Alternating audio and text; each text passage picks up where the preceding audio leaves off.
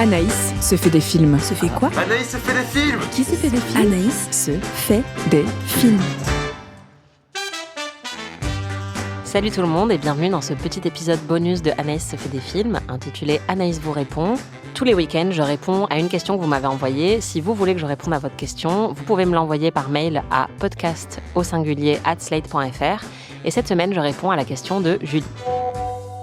Coucou Anaïs, alors j'adore votre podcast à toi et Marie, notamment pour toutes les remarques super intéressantes que vous faites sur les aspects techniques des films. Par exemple, comment le cadrage influence notre ressenti, comment les couleurs, les costumes, la musique nous en disent plus sur les pensées du personnage et son caractère, pourquoi la caméra est posée à cette hauteur, etc.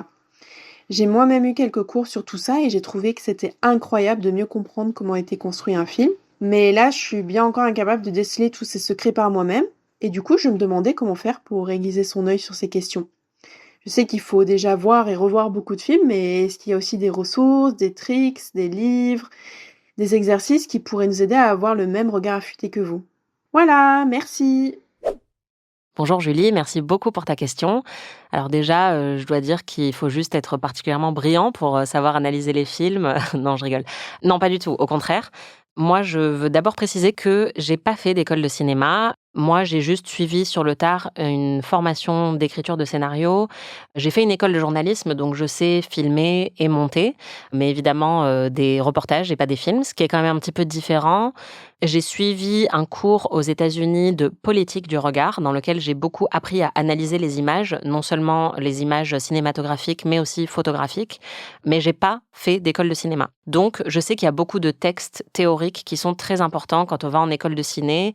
J'en ai lu certains, mais pas tous. Donc moi, ce que je vais te recommander, c'est ce qui m'a aidé personnellement pour affûter mon regard en tant que critique ciné. D'abord, dans les livres, je dirais que le plus important pour moi, ça a été Making Movies de Sidney Lumet, faire des films en français. Il existe une version traduite. C'est le réalisateur Sidney Lumet qui a écrit ce livre et il part de sa propre filmographie pour expliquer tous les métiers du cinéma et tout le processus pour créer un film. Donc, il va parler d'écriture de scénario, il va parler de production, il va parler de casting, il va parler de lumière, de montage. C'est vraiment fascinant et surtout, c'est très abordable. Moi, ça m'a énormément aidé à comprendre un peu mieux tout ce qui se passait de l'autre côté de la caméra. C'est aussi très drôle et très bien écrit. Et d'ailleurs, je pense qu'il y a certains cinéastes dont la filmographie peut être particulièrement enrichissante pour mieux comprendre le cinéma. Et Sidney Lumet en fait partie. Je te recommande particulièrement 12 hommes en colère. C'est aussi un film qui est très, très efficace en termes de mise en scène et qui va te permettre tout de suite de comprendre en fait tous les enjeux du cinéma, que ce soit sur l'écriture ou sur la mise en scène, la manière dont il va jouer sur la lumière, dont il va jouer sur les valeurs de plan pour se rapprocher de plus en plus des personnages, ce qui va créer une tension de plus en plus forte pour le spectateur. C'est vraiment éloquent. Dans les autres cinéastes incontournables pour prendre une vraie leçon de cinéma, il y a Steven Spielberg. Les Dents de la Mer est très souvent cité, ou Jurassic Park, dans des exemples de découpage, pour mieux capter l'importance de bien placer la caméra et de bien découper une séquence pour faire monter la tension. Les Dents de la Mer, c'est un des premiers films de Steven Spielberg, et c'est un film qui montre vraiment tout le génie du regard de Steven Spielberg, déjà à un très jeune âge. Je recommande aussi toute la filmographie d'Alfred Hitchcock. Je pense que les plus connus en termes d'analyse de films, ça va peut-être être Vertigo, Sueur froide en français, ou Psychose. Personnellement, moi j'aime beaucoup Les Oiseaux, c'est mon Hitchcock préféré et je pense que c'est aussi une très bonne manière de rentrer dans sa filmographie parce qu'il arrive à créer du suspense avec des oiseaux, c'est absolument magistral. Et donc si tu veux comprendre comment le langage visuel peut permettre de totalement transformer une histoire, il n'y a pas mieux qu'Alfred Hitchcock pour comprendre ça. Et puis évidemment, il y a Stanley Kubrick, un des plus grands cinéastes de tous les temps. Pour moi, il y a beaucoup d'échos entre Kubrick et Paul Thomas Anderson, dont j'avais parlé dans l'épisode précédent sur Une bataille après l'autre. Pourquoi ? Parce que Kubrick, lui aussi, a une filmographie absolument parfaite. Il n'a jamais raté un de ses films. Et c'était un immense perfectionniste. D'ailleurs, il est aussi connu pour avoir beaucoup maltraité les gens avec qui il travaillait sur ses tournages, parce qu'il refaisait énormément de prises pour obtenir la séquence parfaite. Mais ce que ça donne, en résultat, c'est des films d'une ambition époustouflante. Et donc, je te recommande vraiment toute sa filmographie, notamment Shining ou 2001 Odyssée de l'espace. Si je devais vraiment en sélectionner deux, je dirais que c'est peut-être les plus importants pour, en tout cas, s'exposer à une forme de grandeur cinématographique qui a peu été égalée depuis. Pour les livres, en plus de Making Movies de Sidney Lumet, je te recommande Save the Cat. C'est un livre dont j'avais déjà parlé dans un de mes épisodes précédents. C'est un livre qui parle d'écriture de scénario et ça parle vraiment des grandes bases du scénario conventionnel hollywoodien. Donc ça va donner beaucoup de règles qui ont aussi été brisées par la suite par beaucoup de très grands scénaristes, mais c'est quand même pas mal pour démarrer et pour comprendre un petit peu toutes les ficelles de l'écriture de scénario. Donc tout ça, je dirais que c'est pour la partie la plus théorique. Mais en fait, je te recommande aussi de regarder des documentaires sur les tournages de films.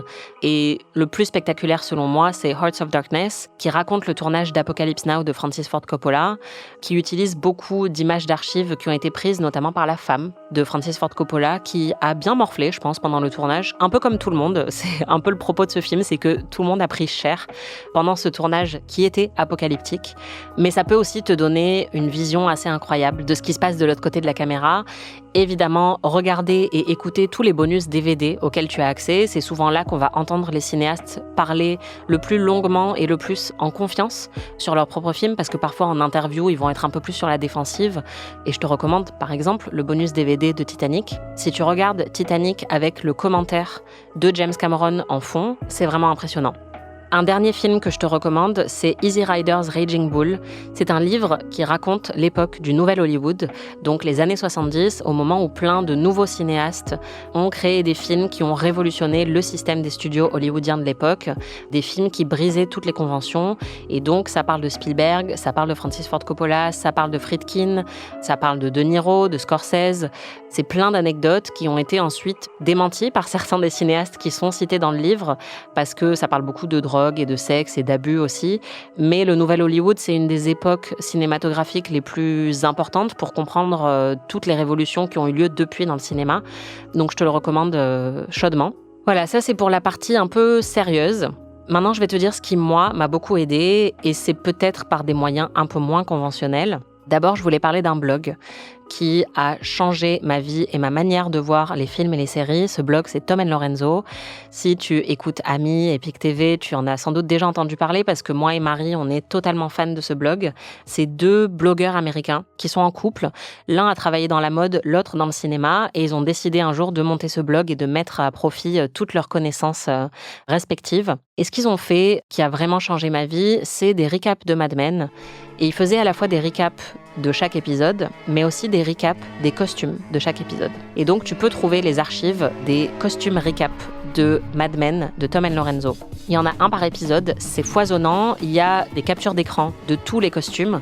Et en fait, ils ont passé toute la diffusion de la série à analyser en détail le travail de la costumière Janie Bryant, qui est brillantissime, et ce que ça révélait de l'intrigue et des personnages et de la psychologie des personnages à un instant T. Donc, ils ont trouvé qu'il y avait certains motifs, certaines couleurs qui en disaient long sur certains personnages, pourquoi certains personnages portaient des vêtements qui étaient mal ajustés, pourquoi John allait préférer certaines couleurs, et comment le fait que dans un épisode, elle porte une autre couleur qu'elle n'avait jamais portée, ça va peut-être révéler quelque chose sur la psychologie de ce personnage dans cet épisode. Pour moi, ça a juste ajouté un niveau de lecture que je n'avais pas auparavant, c'est-à-dire que maintenant, en fait, je vais prêter attention aux matières, aux couleurs, aux motifs. Est-ce que le personnage est très couvert ou au contraire très dénudé ? Est-ce qu'il porte beaucoup de noir au début du film et beaucoup de couleurs à la fin ? Et qu'est-ce que ça dit de sa trajectoire dans le film ? Est-ce que ça montre un personnage qui va se libérer au fil du film ou au contraire se renfermer ? Et tout ça, c'est des analyses que je n'étais pas capable d'avoir avant. Mais Tom & Lorenzo ont vraiment ouvert mon regard sur tout ça, sur le travail des costumières, parce que c'est souvent des femmes. Et c'est en fait aussi important que le travail sur la photographie ou la musique, qui va être beaucoup plus souvent analysé dans la critique cinéma, alors qu'en fait, le travail sur les costumes, il peut aussi nous en dire beaucoup sur un film. Et je trouve ça passionnant. Donc si tu as l'occasion, lis le blog de Tom & Lorenzo. Il y a un autre truc qui m'a beaucoup aidé, c'est qu'à un moment, quand j'étais étudiante, j'ai décidé pour un projet journalistique de regarder toutes les palmes d'or de l'histoire. J'ai été forcée, du coup, de traverser toute l'histoire du cinéma à travers ce qui avait été récompensé par Cannes. Donc c'est évidemment un type de cinéma très spécifique, mais ça m'a fait regarder des films que j'aurais jamais découverts autrement, des films du monde entier, parce que Cannes est quand même un festival très international, donc c'est très différent de regarder par exemple tous les Oscars du meilleur film américain. Ça a énormément ouvert ma culture cinématographique de découvrir le meilleur du cinéma japonais, iranien, égyptien, suédois, allemand, Et donc, ça m'a construit une culture cinématographique, justement, que je n'avais pas puisque j'avais pas fait d'école de cinéma. Donc, je te conseille de te donner des petits projets comme ça. Alors, ça peut être un peu long. J'avoue que ma nature obsessionnelle m'a beaucoup aidée aussi pour approfondir ma culture cinématographique. Mais il y a vraiment rien de tel pour se constituer une meilleure culture ciné. Je me suis aussi beaucoup fait de marathons quand j'étais plus jeune de certains cinéastes. C'est-à-dire que j'aimais bien Tarantino. Je me suis dit, OK, ce week-end, je regarde tous les films de Tarantino dans l'ordre chronologique dans lequel ils ont été réalisés. Et ça m'a permis d'avoir un regard différent sur sa filmographie, de les voir aussi dans l'ordre chronologique, parce que ça me permettait de voir comment les films se répondaient, ce qui, dans le film précédent, avait pu inspirer le film d'après, et aussi comment son talent de réalisateur avait grandi de film en film. Un autre exercice qui peut beaucoup t'aider, c'est de regarder un film, puis de lire le scénario du film.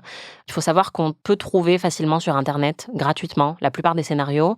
Et ça peut permettre de voir toutes les différences, en fait, entre ce qui a été écrit et ce qui ensuite a été transposé à l'écran, les choix des acteurs, puisque parfois on a juste une réplique, mais c'est l'acteur qui va décider de la jouer d'une certaine manière. Parfois, il y a beaucoup d'indications qui sont données et il y a des réalisateurs qui sont très contrôle-fric et qui veulent absolument qu'un acteur joue la scène comme ça.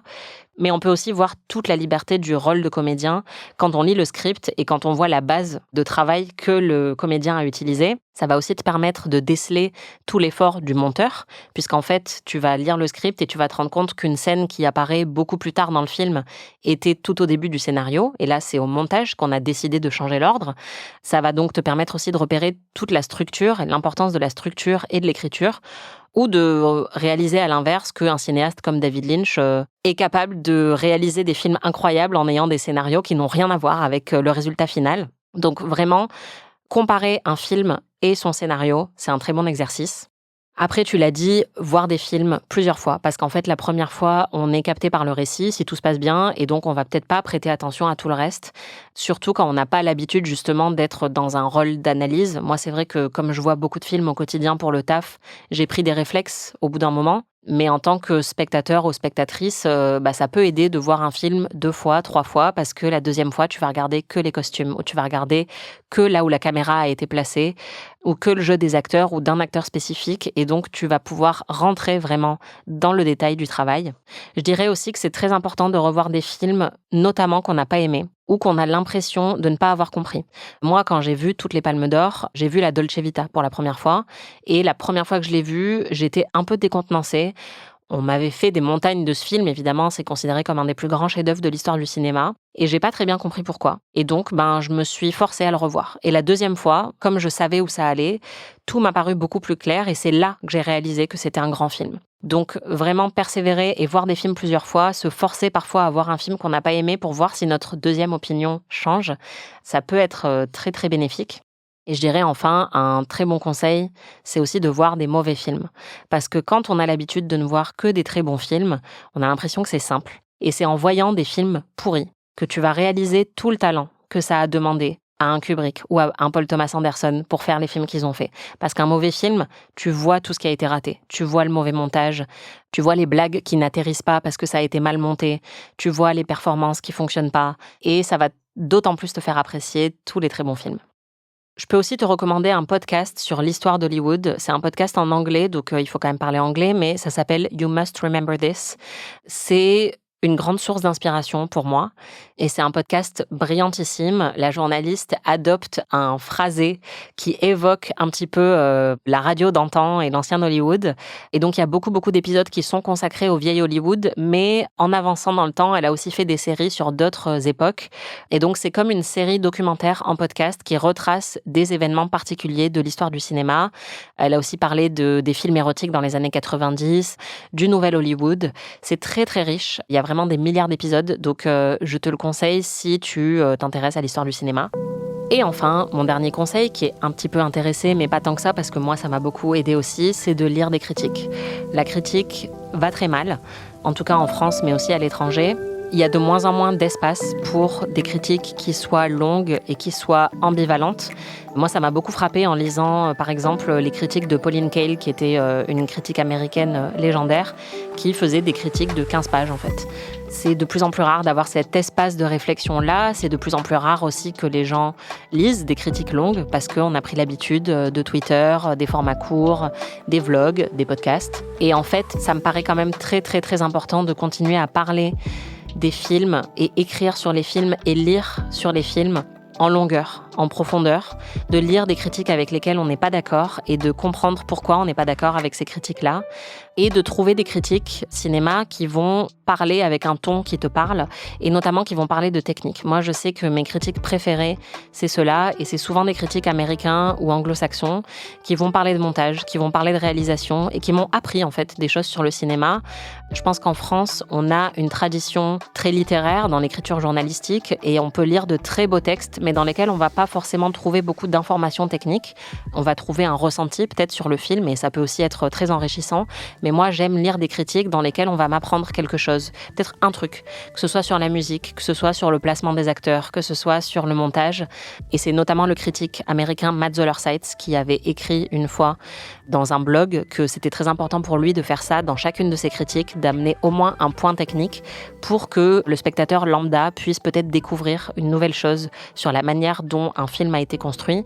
J'ai lu ce texte-là quand j'étais encore en école de journalisme et c'est devenu quelque chose de très important dans ma pratique de la critique, d'essayer de vulgariser au maximum tout en ayant mes propres limites puisque moi-même je n'ai pas fait d'études de cinéma, mais en tout cas c'est quelque chose qui me paraît très important de pas être excluant et de permettre aux spectateurs de comprendre pourquoi telle scène l'a marqué, parce qu'elle va peut-être te marquer émotionnellement.